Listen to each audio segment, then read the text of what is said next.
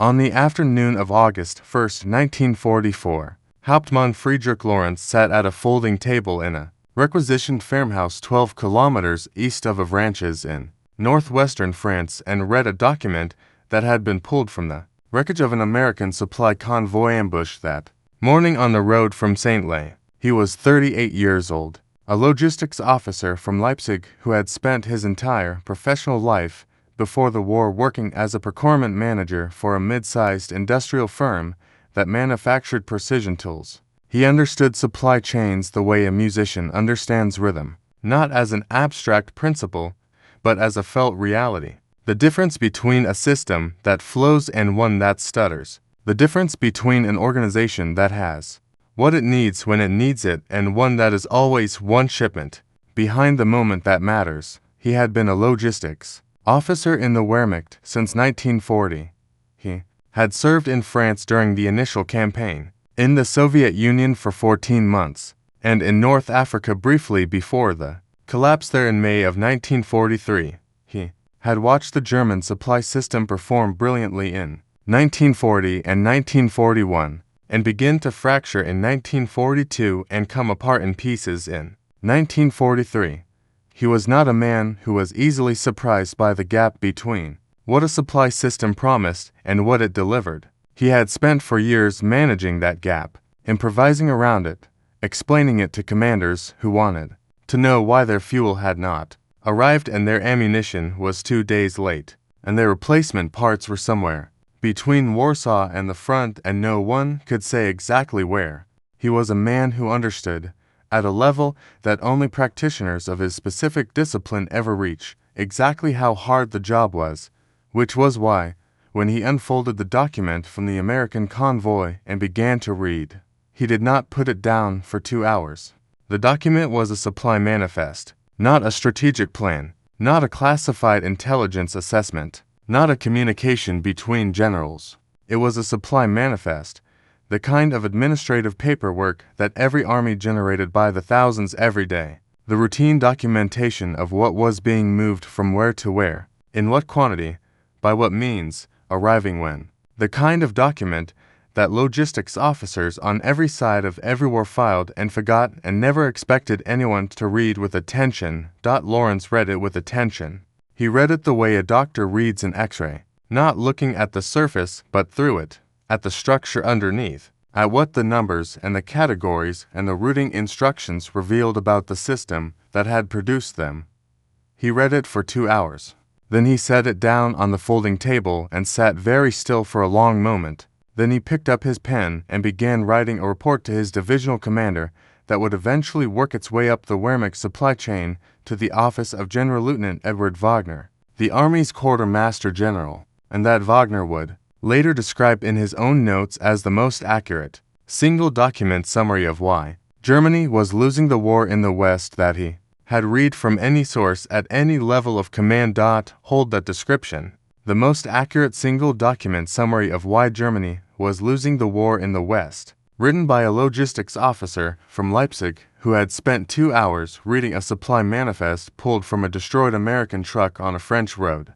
Because everything that follows is an attempt to explain what Lawrence saw in that document and why it made a man who had spent for years managing one of the most demanding supply operations in military history sit very still at a folding table in a French farmhouse and feel something that he later described in a post-war interview, carefully and precisely, as grief.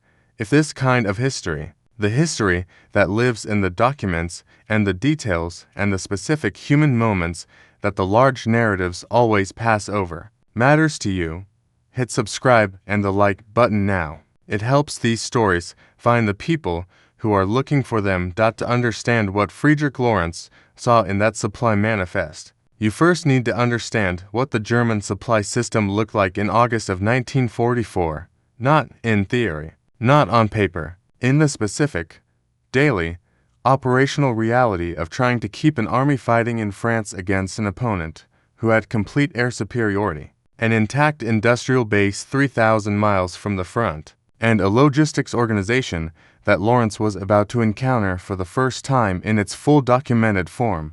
The Wehrmacht supply system had been designed for a different kind of war. It had been designed for the fast, decisive campaigns of 1939 and 1940, operations that lasted weeks rather than years, that covered hundreds of kilometers in days, that consumed supplies in intense bursts followed by periods of consolidation during which the system could catch its breath and restock. The system had worked for those campaigns with a competence that its designers had every right to be proud of. The French campaign of 1940 had moved supplies across a front that shifted faster than any previous military operation in history, and the supply chain had kept pace with the advance well enough to sustain the momentum that produced the campaign's result.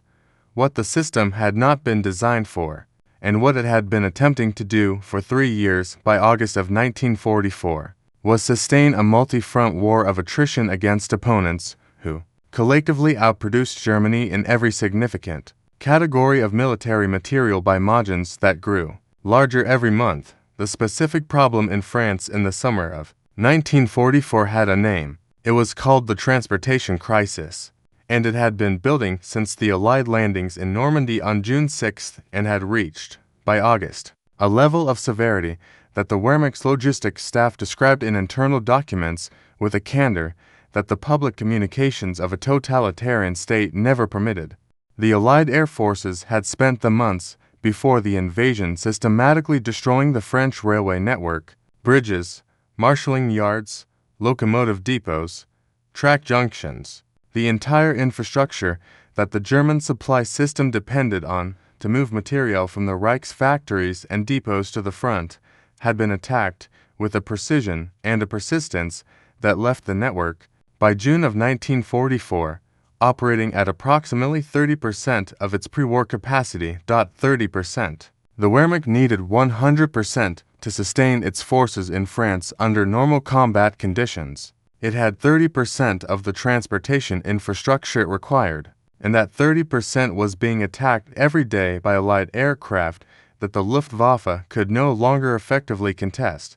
The result was a supply system that was rationing everything simultaneously. Fuel, the most critical commodity for a mechanized army, was arriving at the front at approximately 30% of the daily requirement. Ammunition was arriving at rates that forced artillery commanders to impose strict fire discipline, limiting their guns to a fraction of the rounds per day that tactical situations demanded. Food was adequate in some units and insufficient in others depending entirely on the local transportation situation. Replacement parts for vehicles and weapons were so scarce that maintenance officers were cannibalizing damaged equipment to keep operational equipment running, a practice that reduced the total number of functional vehicles steadily and irreversibly.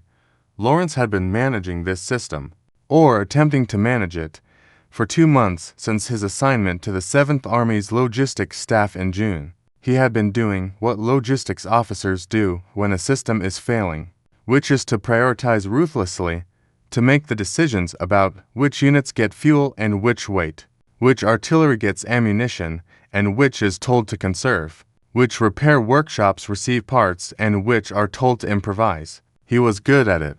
He had been making those decisions for 4 years across 3 different theaters. He was perhaps as good at managing a failing supply system as any officer in the Wehrmacht, and he had never, in 4 years of managing failing supply systems, seen a document like the one he was now holding.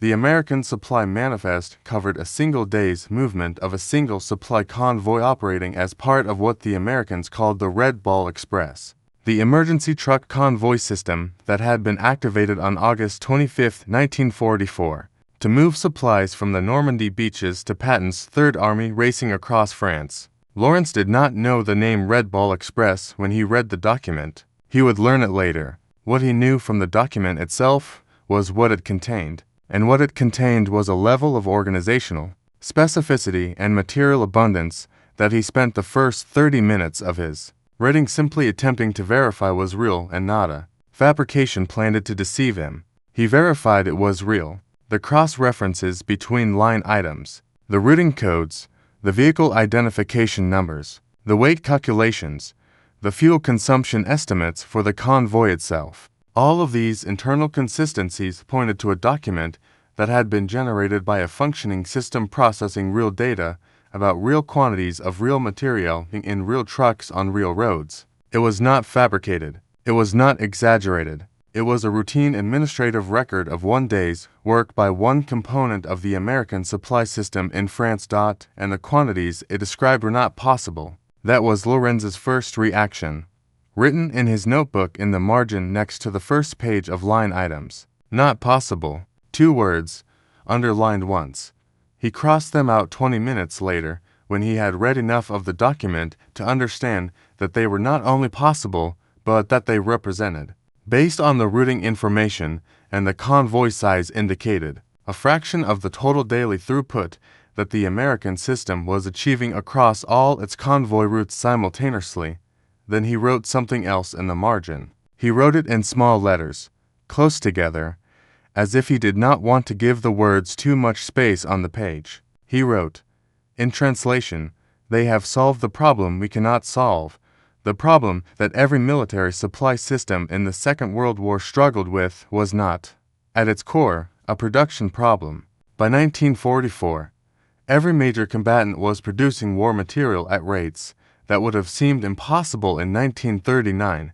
The problem was the last 100 kilometers, the distance between the railhead or the depot where supplies arrived in bulk and the front line unit that needed them in the specific quantities and combinations that the tactical situation demanded. That last 100 kilometers was where supply systems succeeded or failed, where the theoretical abundance of production met the practical chaos of combat, where the difference between a system that worked and one that did not was determined not by how much had been produced, but by how effectively it could be moved.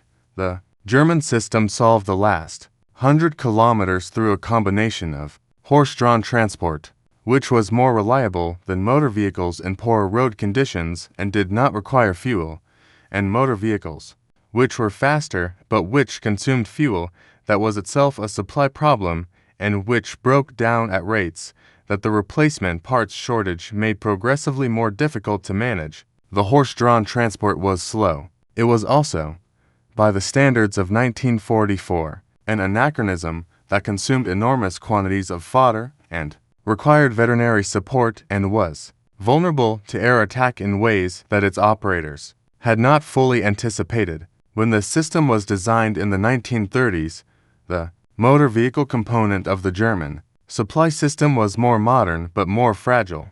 The Wehrmacht operated a staggering variety of vehicle types, over 100 different models of trucks alone, each with its own maintenance requirements, its own spare parts, its own fuel consumption characteristics. The variety had been produced by the German automotive industry's competitive structure, each manufacturer producing its own designs, and it created a maintenance and supply nightmare that the Wehrmacht's logistics staff had been attempting to manage since the beginning of the war. A spare part for a Opel Blitz truck was not interchangeable with a spare part for a Mercedes-Benz L3000.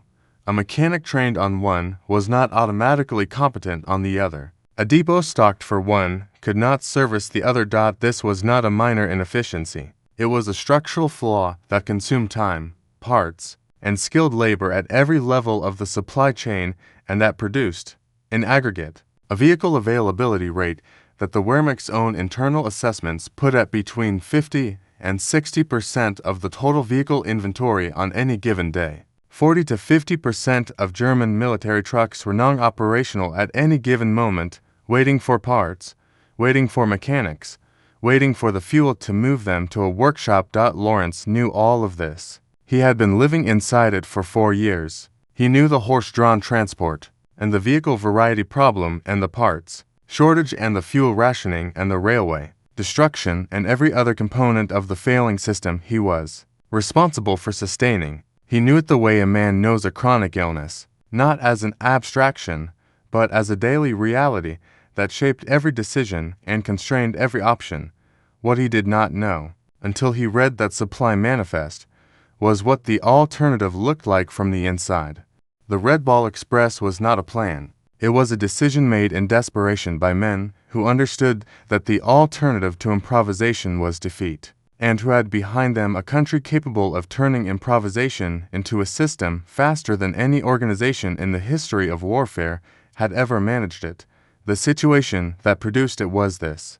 By the third week of August 1944, General George Patton's Third Army had broken out of Normandy and was racing east across France at a speed that exceeded every logistical projection the Allied supply planners had made before the invasion. The planners had anticipated a slow, grinding advance that would allow the supply system to consolidate and extend methodically, building depots, establishing railheads, moving the infrastructure of support forward in an orderly progression behind the fighting forces. What they got instead was Patton, who moved faster than the plans allowed for and who required fuel, ammunition, and rations at rates and in locations that the existing supply system could not reach. The solution was the Red Ball Express, activated on August 25, 1944. It was a one-way circular truck route running from the supply dumps near Saint-Lay in Normandy to the forward depots near the advancing front, operating 24 hours a day, 7 days a week, using every available truck in the theater and a significant number that were redirected from other purposes to keep the route supplied with vehicles. The roads designated for Red Ball were one-way only, clearly marked, closed to all other traffic, and operated under a system of traffic control that kept the convoys moving without the bottlenecks that had paralyzed supply movements in previous campaigns. At its peak, the Red Ball Express was running 6,000 trucks per day carrying approximately 12,500 tons of supplies. 6,000 trucks, every day, moving in a continuous stream along dedicated routes, controlled by military police, loaded from standardized depots, delivering to standardized reception points where the supplies were sorted, recorded, and distributed to the units that needed them. This is the number that Lawrence had written not possible in his notebook margin, 6,000 trucks per day. He had arrived at the figure not from the single manifest he was reading, but from the internal calculations the manifest made possible. The convoy size, the frequency indicators, the depot reference codes that imply the scale of operation that his 4 years of experience told him required a number of that magnitude to sustain. He was correct, and the number was only part of what the manifest revealed. The standardization was what broke him, not the quantity, the standardization. Every item in the American supply manifest was identified by a catalog number, not a descriptive name, not a unit-specific designation, not the kind of informal nomenclature that accumulated in any army over years of operational practice and that meant something to the unit that used it and nothing to anyone else. A catalog number, a unique identifier that corresponded to a single, specific item in a master catalog that was identical at every level of the American supply chain from the factories in Ohio and Michigan and Pennsylvania to the depots in England to the beaches of Normandy to the forward supply points in France. The catalog number for a can of field ration component B was the same number at the factory that produced it and the ship that carried it and the depot that stored it and the truck that moved it and the unit that consumed it. The catalog number for a spark plug for a GMCCC KW truck was the same number everywhere in the system. The catalog number for a bandage, a radio battery, a tank track pin, a mortar round, a pair of boot laces was the same number at every point in a supply chain that stretched from American factories to the front lines of France. This meant that a supply officer at any level of the American system could look at a requisition from a forward unit and know immediately and precisely what was being requested, where it was in the supply chain, how long it would take to arrive, and what alternative items could substitute if the primary item was unavailable. No translation between unit nomenclature and depot nomenclature, no ambiguity about specifications, no possibility of a unit receiving the wrong item because the description had been interpreted differently at different points in the chain. Lawrence stared at the catalog numbers in the manifest for a long time.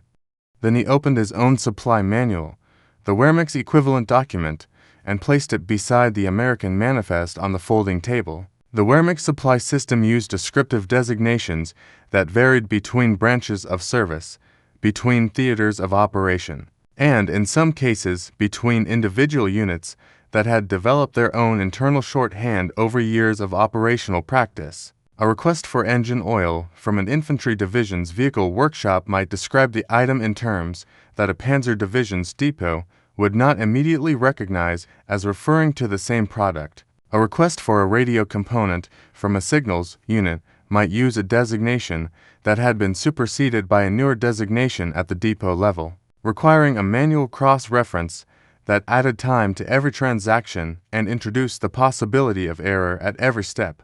The German system was not disorganized. It was the product of an army that had grown rapidly from the small professional force of the Weimar Republic, incorporating units and equipment and supply traditions from multiple services and multiple theaters without ever having the time or the administrative stability to impose complete standardization across all of them. The people running it were competent. The procedures were logical within their own context. The system worked, after a fashion, most of the time, but it was not what Lawrence was looking at in the American Manifest. It was not even in the same category of organizational achievement. General Major Walter Buell, the Wehrmacht's chief of Army Staff for Supply Matters, received Lorenz's report in early September 1944 at his headquarters in East Prussia. He read it in one sitting. He then passed it to General Lieutenant Edward Wagner with a handwritten note attached that said, in translation,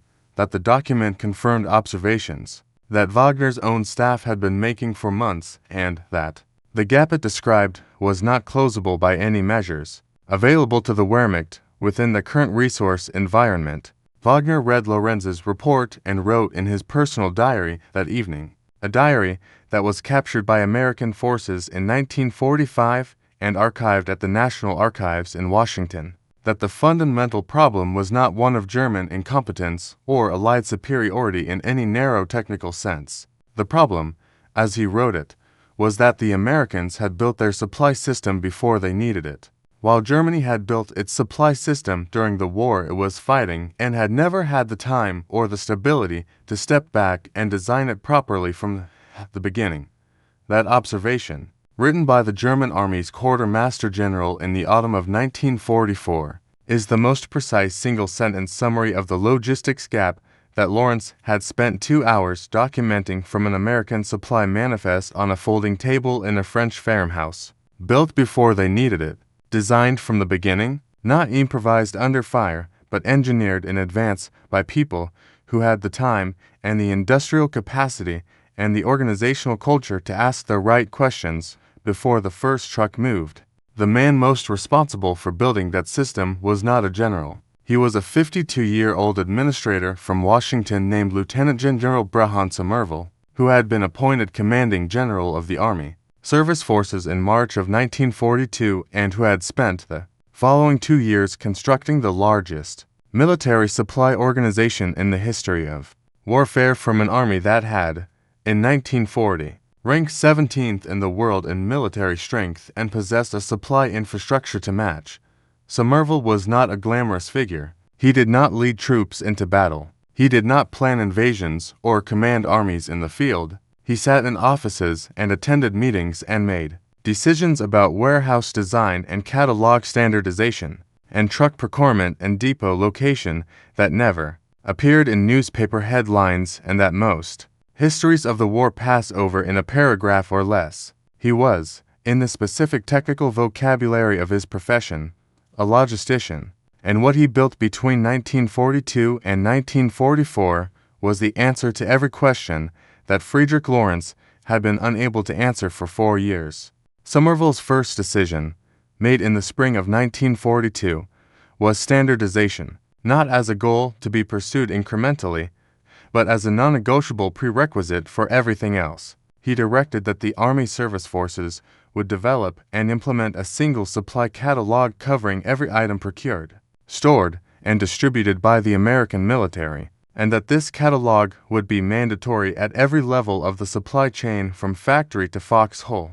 The catalog, eventually known as the Federal Supply Catalog, ran 2,000 of pages and took 18 months to complete. It was the administrative foundation on which everything else was built. Without it, The 6,000 trucks of the Red Ball Express would have been moving supplies that could not be accurately tracked, efficiently sorted, or reliably delivered to the units that needed them. Somerville's second decision was the truck, not a variety of trucks. One truck, the GMCCCKW, a 2.5-ton six-wheel drive cargo vehicle that became, in the specific context of the supply war, the most important single piece of equipment the American military deployed in the European theater. Not the Sherman tank, not the P-51 Mustang, not the B-17, the GMCCCKW.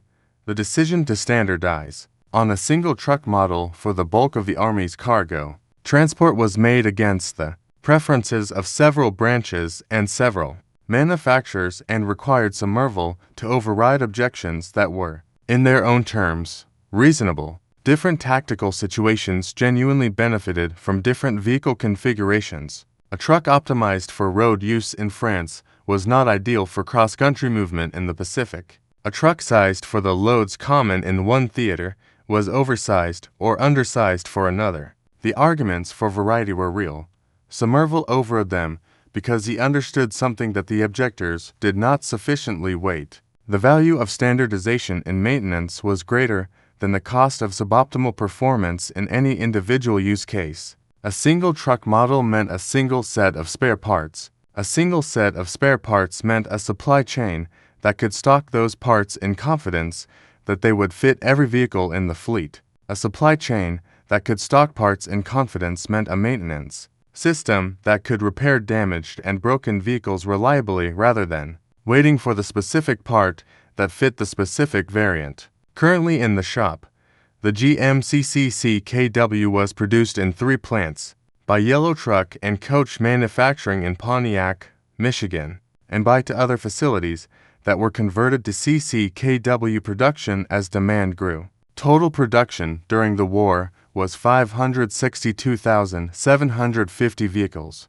562,000 trucks of a single type, producing a parts inventory that was interchangeable across every vehicle in the fleet, supported by a maintenance manual that was identical at every workshop, staffed by mechanics trained on a single vehicle rather than 100.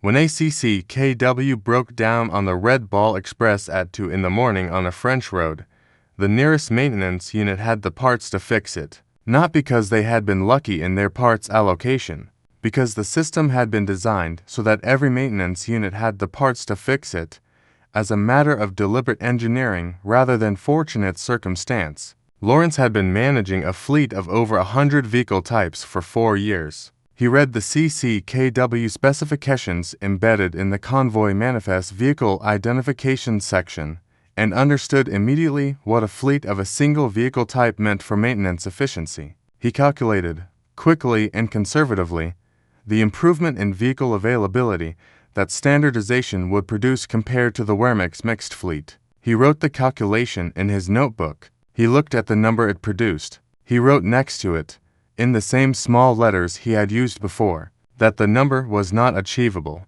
within the current structure of German motor transport regardless of any measures his staff could implement. The human cost of the American system was real, and it was not hidden in the manifest. It was there in the driving hours logged for each vehicle, in the maintenance intervals that the system required, but that operational pressure made impossible to honor, in the accident rates that accumulated when men drove trucks for 18 and 20 hours at a stretch because the express ran 24 hours a day and the drivers were finite even if the requirement was not.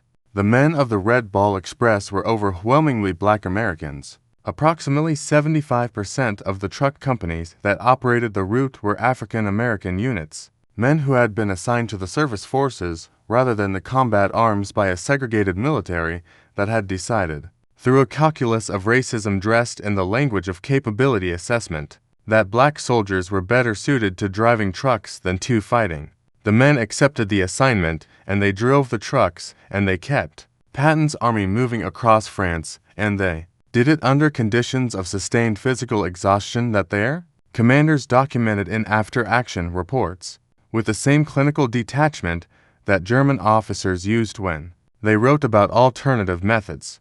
Private First Class Guilford Clark from Birmingham, Alabama, drove a CCKW on the Red Ball Express for 61 consecutive days without a rest period longer than 4 hours. He later described the experience in an oral history recorded by the Veterans History Project as feeling like the road had become the whole world and everything outside the headlights had stopped being real. He said the trucks never stopped. He said you slept when someone else was driving and you drove when it was your turn, and the supplies kept moving. Because if they stopped moving, the army stopped moving, and if the army stopped moving, men died at the front. He said that last part simply, without drama. The way men say things that they know to be true because they lived them. If the supplies stopped, men died. He knew that because he had been told it and because he had seen what happened when a unit ran out of fuel or ammunition and could neither advance nor adequately defend. He drove because he understood the stakes.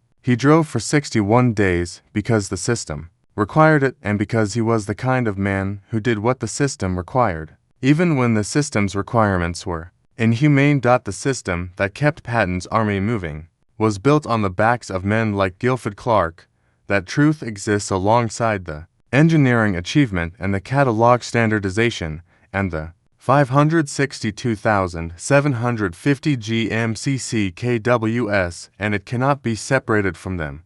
The system worked because the men drove. The men drove because the system gave them vehicles that could be maintained and routes that could be navigated and supplies that were cataloged and tracked and delivered with a precision that no previous military supply system had achieved. The system and the men were not separable. Each made the other possible. Lawrence did not know about Guilford Clark when he read the manifest. He knew only what the numbers showed, the throughput, the standardization, the catalog precision, the vehicle consistency. He knew the system. He did not know the men inside it. He would not have been surprised to learn they existed. He had spent for years depending on men whose exhaustion and improvisation held a failing system together through sheer human effort. He understood what it meant when a system required that of its people.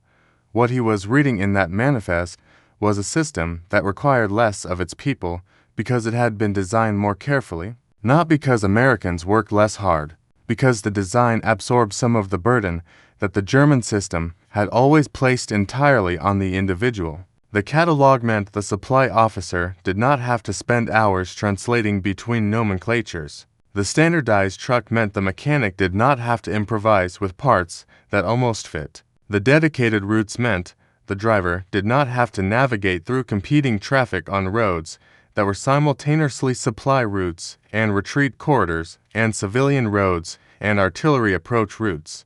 The design gave the people inside it a better chance, and people who had a better chance performed better, and performance accumulated across 6,000 trucks and thousands of drivers and hundreds of depots and dozens of routing decisions every day, produced the numbers in that manifest that had made Friedrich Lawrence write not possible in his notebook margin before he understood that it was not only possible, but routine. The report that Friedrich Lawrence submitted to his divisional commander in early September 1944 traveled up the Wehrmacht supply chain with a speed that administrative documents rarely achieved in an organization that was simultaneously trying to fight a losing war on 3 fronts. It reached Wagner's desk within 2 weeks. It was read, annotated, passed laterally to Buell, returned to Wagner with Buell's comments, and filed in a folder that also contained 17 other reports from other officers at other levels of the supply chain that said, in their different technical languages, variations of the same thing. The folder was labeled, in Wagner's precise administrative handwriting, Versorgungsleck, Supply Gap. The folder grew thicker through September and October of 1944 as the Allied advance continued and the German supply system's inability to sustain the forces defending the right became not a concern to be managed, but a fact to be acknowledged. Wagner read every report in it. He added his own annotations. He forwarded summaries to OKW, the Wehrmacht High Command, with recommendations that grew progressively more direct as the autumn wore on, and the gap between what the supply system could deliver and what the tactical situation demanded grew progressively wider. The recommendations were not acted upon, not because they were wrong, because acting on them would have required rebuilding the German military supply system from its foundations during the final year of a war that was already lost, using resources that did not exist, in time that was not available. Wagner understood this. He continued making the recommendations because making them was his job and because the alternative, silence, felt to him like a different kind of failure than the one he was already recording in his diary.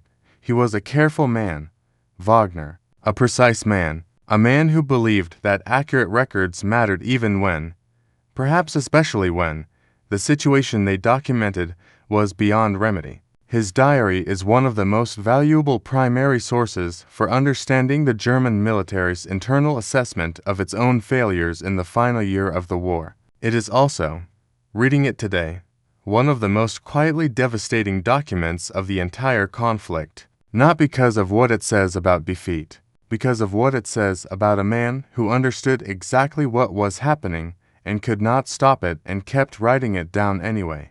The Red Ball Express ran for 81 days, from August 25th to November 16th, 1944.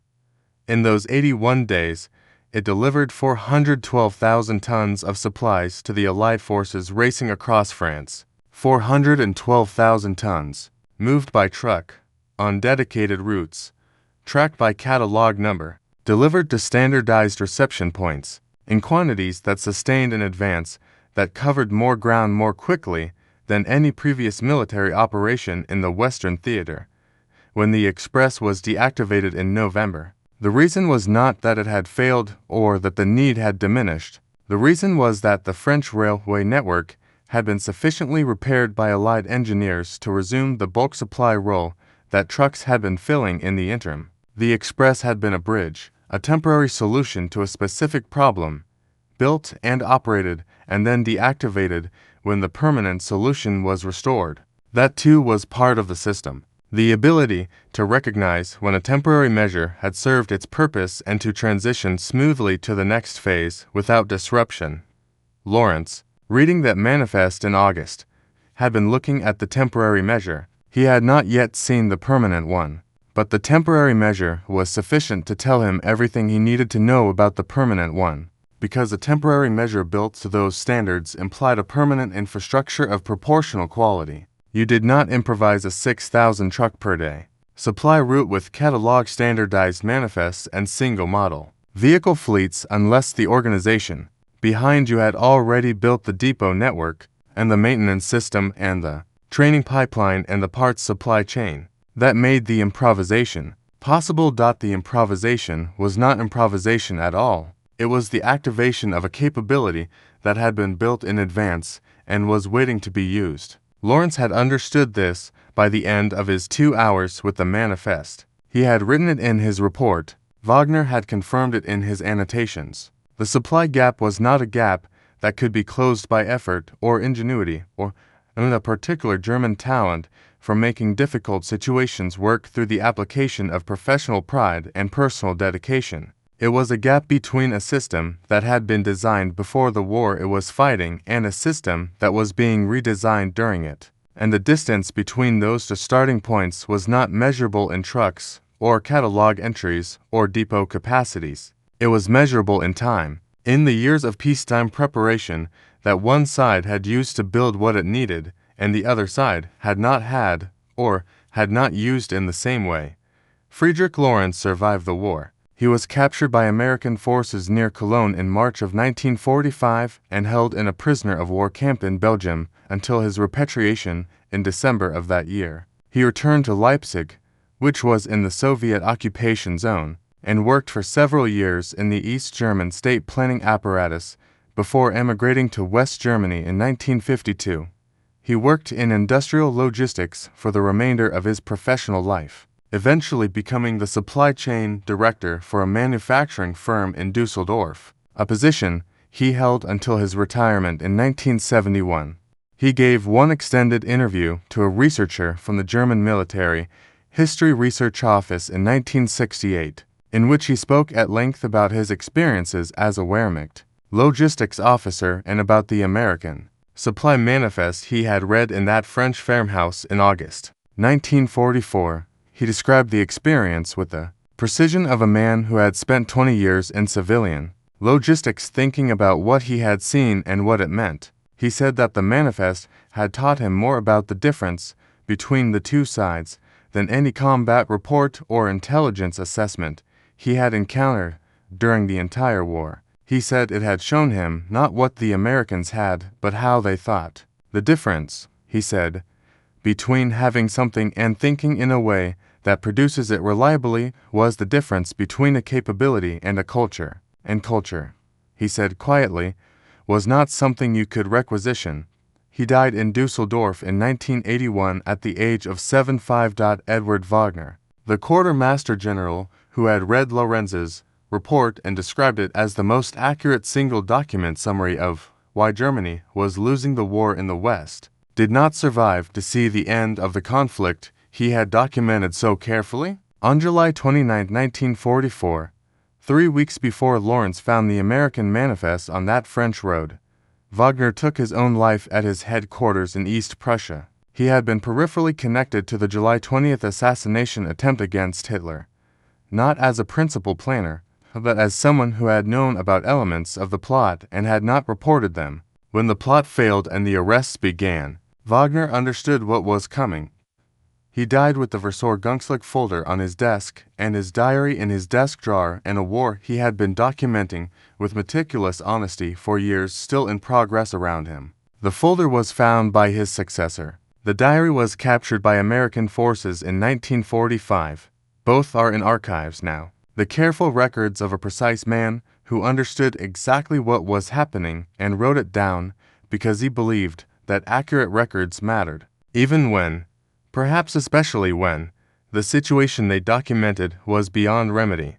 Brehon Somerville, the man who built the system that produced the manifest that silenced Lawrence, returned to civilian life after the war and worked in private industry until his death in 1955. He received the Distinguished Service Medal and several foreign decorations and was widely respected within the military establishment that knew what he had built. He was not widely known outside it. The histories of the Second World War that the public read were histories of battles and generals and campaigns. They were not histories of federal supply catalogs and vehicle standardization programs and the administrative decisions that made 6,000 trucks per day possible.